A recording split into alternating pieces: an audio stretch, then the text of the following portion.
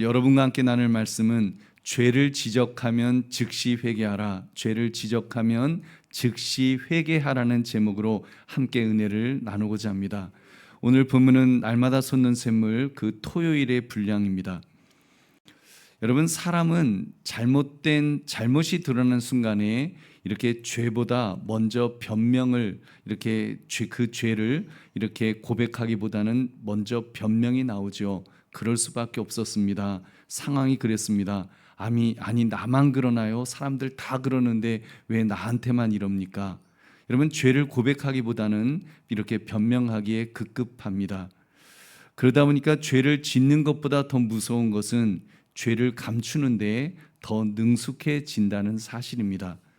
그런데 여러분, 오늘 본문에는 너무 다른 장면이 나옵니다. 한 사람이 나옵니다. 왕입니다. 권력이 있었습니다. 체면이 있었습니다. 선지자의 입을 막을 막강한 힘도 있었습니다. 근데 나단이 와서 당신이 그 사람이라, 지금 그 죄를 지은 것을 이렇게 찌르는 순간에 다윗은 길게 말하지 않았습니다. 단 한마디만 했죠. 내가 여호와께 죄를 범하였노라. 여러분, 이 짧은 한마디가 무너진 그의 인생을 다시 일으켜 주었습니다.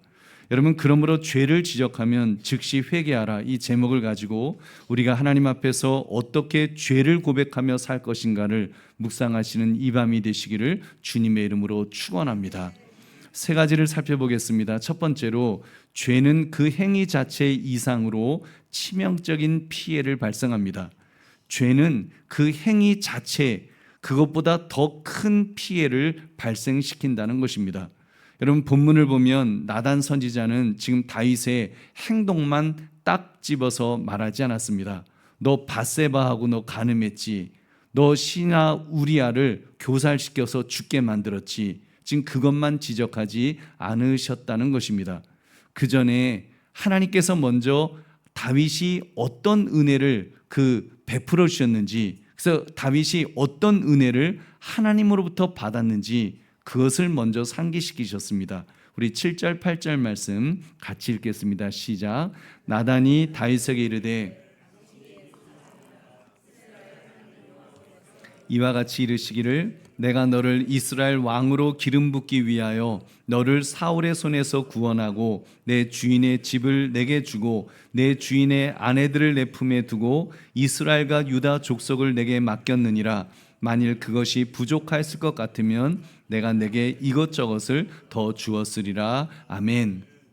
지금 하나님께서 말씀하시는 겁니다. 내가 너를 왕으로 세우지 않았느냐? 내가 너를 사울의 손에서 구원해 주지 않았느냐? 내가 너에게 이스라엘 백성들, 유다 백성들을 전부 다 너에게 맡기지 않았느냐?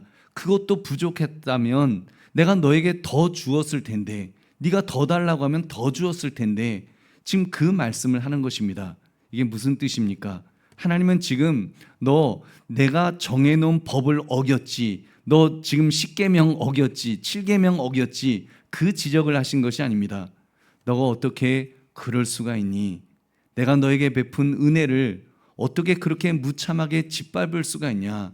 내가 너를 얼마나 사랑하는데, 너 지금 내가 너를 얼마나 사랑하는지 내가 모르냐? 근데 너는 어떻게 나에게 이렇게 나를 짓밟을 수가 있냐? 지금 그 특별한 관계, 그 관계를 말씀하고 계십니다. 하나님은 지금 다윗과 그 사랑의 관계를 지금 이야기해 주셨던 것입니다. 여러분, 그렇습니다. 죄는 단순한 실수가 아닙니다. 죄는 은혜를 배반하는 것입니다. 죄는 말씀에 대해 불순종한 것일 뿐만 아니라 그 하나님의 사랑을 거절한 것입니다. 하나님의 사랑을 배신한 것이죠. 나를 살려주시고 높여주시고 붙들어주신 그 하나님을 업신 여기는 것, 여러분, 그것이 죄입니다. 그래서 죄는 너무나도 무서운 것입니다. 여러분, 불륜의 죄도 그렇지 않습니까? 불륜이 단지 간음이라는 행위 자체만이 아니라 그 다른 사람과 배우자가 아닌 다른 사람과 같이 동침했다, 그 사실 자체만이 아니라 오랜 세월 사랑하고 믿어준 배우자와의 그 관계, 그게 깨지고 그 언약이 배신당한 것에 대해서 더 큰 아픔이 있는 것입니다. 여러분, 마찬가지로 다윗의 죄도 단순히 행위의 문제가 아니라 하나님과의 사랑의 관계를 짓밟은 죄였던 것입니다. 여러분 사무엘상 2장에서도 엘리 가문에 대해서도 하나님은 같은 패턴으로 경고하셨습니다. 심판하시기 전에 먼저 내가 너를 구원했고 너를 택했고 특별한 직분까지 맡겼다. 그 은혜를 상기시킨 뒤에 너는 그것을 발로 차버렸다라는 그 지적을 하셨던 것입니다. 여러분 그것이 죄인 것입니다. 그러므로 죄의 본질은 단순히 말씀 위반에 있지 않습니다. 은혜를 발로 차는, 하나님을 발로 걷어차는 무시무시한 하나님과의 단절, 하나님과의 끊어짐, 여러분 이것이 가장 큰 죄의 결과입니다. 그러니까 회개는 내가 왜 이런 짓을 했을까 그 자리에서 끝나면 안 됩니다. 그냥 그건 자기 분석만 하는 거죠. 여러분 진짜 회개는 여기까지 가야 합니다. 하나님이 나를 이렇게 붙들어 주셨는데, 하나님이 내게 이렇게 은혜를 베푸셨는데 내가 그 은혜를 배반했구나. 내가 하나님의 그 사랑을 내가 배신했구나. 하나님의 마음이 얼마나 아프실까. 여러분 거기까지 내가 하나님의 은혜를 짓밟고 내가 하나님을 짓밟았구나. 여기까지 마음이 여러분 가야 그때 마음이 진짜 무너지게 되는 것입니다. 들킨 것에 부끄러워하는 정도가 아니라 은혜를 배반한 것이 정말 마음이 아파서 울 수 있어야 합니다. 밤이 벌이 무서워서 떠는 것이 아니라 여러분 하나님의 사랑을 멸시한 것이 너무 송구해서 정말 우리가 무너지는 그 모습, 그것이 회개하는 자의 모습인 줄로 믿습니다. 여러분 이렇게 볼 때 죄를 크게 보는 사람은 많지 않습니다. 대부분은 그냥 자기 손해만 보죠. 자기 체면만 그렇게 유지하려는 쪽으로. 그래서 사울왕 같은 경우는 죄를 지어놓고도 하나님이 자기를 버리신다고 하는데도 사무엘 선지자에게 부탁하지 않습니까? 그냥 저하고 같이 가주세요. 아무 일이 없었던 것처럼 좀 그렇게 해주세요. 그런 부탁을 하는 사울 왕의 모습과 비교할 때 여러분 그래도 다윗은 하나님의 큰 그 은혜를 맛본 사람임에 틀림없습니다. 여러분 하나님의 사랑을 깊이 맛본 사람만이 자기의 배반이 얼마나 무서운지를 깨닫게 될 줄로 믿습니다. 보배로운 성도님들, 오늘 하나님 앞에 죄를 고백할 때 우리 그냥 잘못했습니다, 이런 것으로 넘어가려고 하지 맙시다. 그 죄의 뒤에 있었던 하나님의 베푸신 오랜 참으심, 하나님이 주신 기회, 하나님이 주신 그 은혜, 사랑, 정말 하나님이 주신 그 모든 것들, 그것을 내가 배신한, 내가 그 모든 하나님의 그 은혜의 사랑을 내가 짓밟았던 여러분 그 사실을 주님 앞에 고백해야 될 줄로 믿습니다. 여러분 그때 비로소 죄가 무섭게, 죄가 얼마나, 내가 지은 죄가 얼마나 무서운 것인가를 깨닫게 될 것입니다. 그 죄가 보이게 될 것이고 그때 비로소 진짜 회개가 일어날 줄로 믿습니다. 그러므로 죄는 행위 그 자체 이상으로 하나님의 사랑을 배신한 것이요 하나님을 걷어찬 정말 무서운 죄임을 깨달아서 통에 잡아가시기를 주의 이름으로 축원합니다. 두 번째, 진짜 회개는 변명을 멈추고 하나님 앞에서 즉각 돌아서는 것입니다. 여러분 하나님 앞으로 방향을 즉각 바꾸는 것. 여러분 13절 말씀 같이 읽겠습니다. 시작.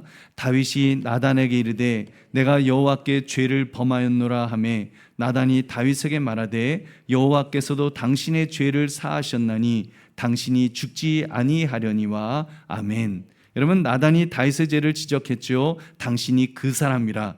그 순간 다윗이 길게 말합니까?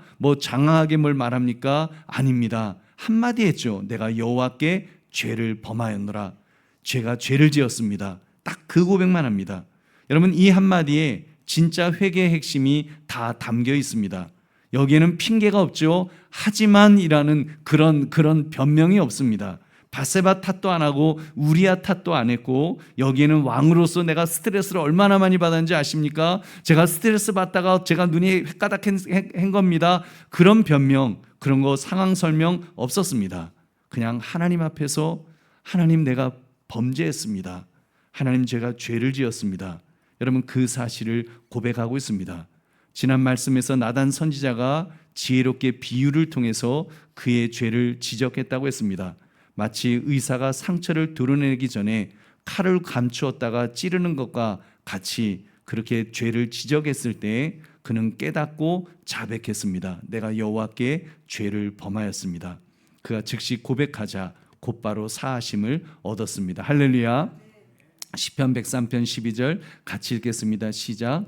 동이 서에서 먼 것 같이 우리의 죄가를 우리에게서 멀리 옮기셨으며. 아멘. 여러분, 즉각적인 자복이 즉각적인 치유의 문을 연 줄 믿으시기 바랍니다. 이것이 어떻게 가능할 수 있었을까요? 여러분, 다윗은 사람을 보지 않았기 때문입니다. 나단 선지자를 사람으로 보고 대하지 않았습니다. 하나님의 대언자로 보았습니다. 그의 죄 지적을 하나님의 위엄으로 보았기 때문에 체면을 세우지 않았습니다. 그 자리에 엎드려서 하나님 앞에서 회개했던 것입니다. 이것이 왜 중요합니까? 회개는 늦어질수록 어려워지기 때문입니다. 죄를 지었을 때보다도 여러분, 감출 때 그 죄는 더 깊어집니다. 숨기면 죄가 습관화되죠. 미루면 양심이 굳어지고 변명하면 회개할 힘이 사라지게 될 것입니다. 그래서 회개는 즉시 해야 됩니다. 여러분, 죄를 다 정리한 후에 하는 것이 아닙니다. 뭔가 다 수습한 후에 뭔가 상황을 다 마무리하고 그 다음에 좀 마음이 안정이 되면 그때 가서 하나님 잘못했습니다 하고 회개하는 그런 것이 아닙니다. 여러분, 하나님이 우리의 양심을 찌르시면, 마음을 찌르시면 그 즉시 회개해야 될 줄로 믿습니다. 사람 바라보지 말고 환경 바라보지 말고 우리도 이 다윗처럼 하나님 앞에 엎드리시기를 주의 이름으로 축원합니다. 이것이 바로 죄악된 마음을 그리스도께로 가져가는 자의 모습인 줄로 믿으시기 바랍니다. 그러니까 여러분, 회개는 내가 얼마나 잘못했는가만 붙드는 것이 아니라 이제는 주님께로 돌아가겠습니다. 방향을 바꾸는 것, 이것이 진짜 회개입니다. 여러분, 회개는 방향을 바꾸는 것이 회개인 것입니다. 여러분, 죄가 뭡니까? 죄는 하마르티아라 그러잖아요. 하마르티아가 뭐예요? 관역에서 벗어났다. 방향이 잘못됐다는 겁니다. 그렇기 때문에 회개는 그 죄를 바로잡는 것은, 회개하는 것은 그 잘못된 방향의 문제를 바꾸는 것입니다. 다시 주님에게로 향하는 것, 주님에게로 나아가는 것, 그것이 진정한 회개인 것입니다. 내가 얼마나 눈물을 많이 흘렸느냐, 감정적인 그런 것이 아니라 내가 얼마나 마음의 괴로움을 느꼈는지 그런 것이 아니라 그냥 내 마음이 누구에게로 향하게 됐는지. 여러분, 회개한 사람은 그래서 방향이 바뀌어서 방향을 바꾸어서 이제는 주님을 바라보고 주님을 의지하는 쪽으로 나아가는 것, 여러분, 그것이 진정한 회개인 줄로 믿습니다. 죄를 붙들고 있지 마십시오. 수치를 붙들고 있지 마십시오. 체면을 붙들고 있지 마시고 여러분, 방향을 속히 돌리셔서 다윗의 위대함은 죄를 안 지은 데 있는 것이 아니라 죄를 지적받았을 때 바로 즉시 방향을 바꾼 데 있는 줄로 믿습니다. 여러분, 그러므로 우리도 죄의 지적 앞에 즉각 주님께로 돌아가 주님 앞에 엎드리시기를 주의 이름으로 축원합니다. 세 번째, 하나님은 회개하는 자를 즉시 용서하시지만 죄 자체를 가볍게 여기지는 않으십니다. 회개는 하면 용서받죠. 그러나 죄 자체를 가볍게 여기시지는 않으십니다. 다윗이 고백하자 나단이 즉시 말했습니다. 여호와께서도 당신의 죄를 사하셨도다. 이건 놀라운 은혜입니다. 여러분, 하나님은 상한 심령을 외면하지 않으십니다. 진실한 자복 앞에 용서를 미루시는 분이 아니십니다. 그래서 즉각 당신의 죄를 사하셨도다. 즉각 그 다윗의 죄를 용서해 주셨습니다. 근데 본문은 거기서 끝나지 않죠. 곧바로 그러나라고 하는 이 말씀이 나옵니다. 우리 10절부터 12절 같이 읽겠습니다. 시작. 이제 내가 나를 업신여기고 햇사람 우리아의 아내를 빼앗아 내 아내로 삼았은즉 칼이 내 집에서 영원토록 떠나지 아니하리라 하셨고 여호와께서 또 이와 같이 이르시기를 보라, 내가 너와 내 집에 재앙을 일으키고 내가 내 눈앞에서 내 아내를 빼앗아 내 이웃들에게 주리니 그 사람들이 내 아내들과 더불어 백주에 동침하리라. 너는 은밀히 행하였으나 나는 온 이스라엘 앞에서 백주의 이 일을 행하리라 하셨나이다 하니. 아멘. 여러분, 그리고 이제 하나님께서 너 불륜으로 낳은 그 아이는 죽게 될 것이다. 그리고 칼이 내 집에서 떠나지 않게 될 것이다. 그런 말씀을 하십니다. 무슨 뜻입니까? 여러분, 하나님은 죄인을 용서하시지만 죄를 가볍게 여기지는 않으신다는 것입니다. 여러분, 분명히 다윗은 용서받았습니다. 그렇기 때문에 그런 재앙이 그의 왕조를 끊지 않으십니다. 그가 그 메시아의 그런 조상이 되는 그런 그 은혜, 하나님께서 천대까지 하셨던 그 약속, 그것은 끊어지지 않았습니다. 그러나 죄의 값에 대해서는 하나님이 물으시죠. 정죄는 사라질 수 있습니다. 나 징계는 남습니다. 왜냐하면 하나님은 사랑의 하나님이시지만 동시에 공의의 하나님이시기 때문입니다. 그래서 여러분, 성경에는 죄가 아무 대가 없이 용서함을 받은 경우가 단 한 번도 없습니다. 하나님은 우리를 그냥 이유 없이, 대가 없이 그냥 죄를 용서해 주시는 분이 아니십니다. 우리가 착각하는 게 그거예요. 우리가 그냥 용서를 구하며, 죄 지어도 용서 구하면 그냥 하나님이 죄 용서해 주시지, 그러면 난 이제 깨끗한 거야, 나는 다 이제 괜찮아, 난 이제 행복하게 살 수 있어, 그렇게 생각하지만 그렇지 않습니다. 여러분, 반드시 죄값을 치르도록 하셨습니다. 여러분, 여기에 복음이 나옵니다. 우리가 죄 용서를 받은 것도 그냥 값없이 아무 이유 없이 덮어주신 것이 아닙니다. 우리 죄가 가벼워서도 아닙니다. 그까지 이제 조그만 죄 지었으니까 하나님이 에휴 요게 또 잘못했네, 알았어, 그냥 용서해 줄게. 하나님은 그러신 분이 아닙니다. 우리가 설령 정말 작은 죄를 지었다 할지라도 하나님의 눈에는 불꽃 같은 눈으로 보신 하나님은 우리가 형제를 미워하기만 해도 아무개가 살인죄를 저질렀구나, 하나님은 그렇게 보실 것입니다. 우리가 정말 음란한 마음만 품어도 하나님은 간음죄를 지었구나, 그렇게 보실 것입니다. 여러분, 그러나 하나님은 그렇게 가볍게 죄를, 아무리 작은 죄라도 가볍게 보시는 분이 아니십니다. 여러분, 그 죄를 어떻게 용서하십니까? 하나님은 우리는 그 죄를 가볍게 생각할 수도 있지만 하나님은 그 작은 죄도, 가벼운 죄도 얼마나 무겁게 생각하시는지 모릅니다. 그리고 그 죄를 용서하기 위해서 하나님은 얼마나 정말 엄중하게, 얼마나 심각하게 우리의 죄를 용서하기 위한 그 모든 것을 준비하시는지 모릅니다. 그것이 바로 하나님의 아들 십자가에 매달아 대신 죽이심으로 우리의 죄를 용서하신 줄 믿으시기 바랍니다. 여러분, 십자가가 무엇입니까? 하나님이 죄를 얼마나 무겁게 보시는가를, 여러분, 보시는가가 드러나게 하는 그런 장치입니다. 동시에 죄인을 얼마나 사랑하시는지도 보여주시는 바로 그곳이 십자가의 골고다 언덕이 아니겠습니까? 죄는 반드시 심판을 요구합니다. 근데 그 심판을 예수님께서 대신 받으셨습니다. 그 형벌을 예수님께서 대신 감당하신 것입니다. 그래서 우리는 용서받은 줄 믿으시기 바랍니다. 그러나 회개할 때 죄를 가볍게 여겨서는 안 될 것입니다.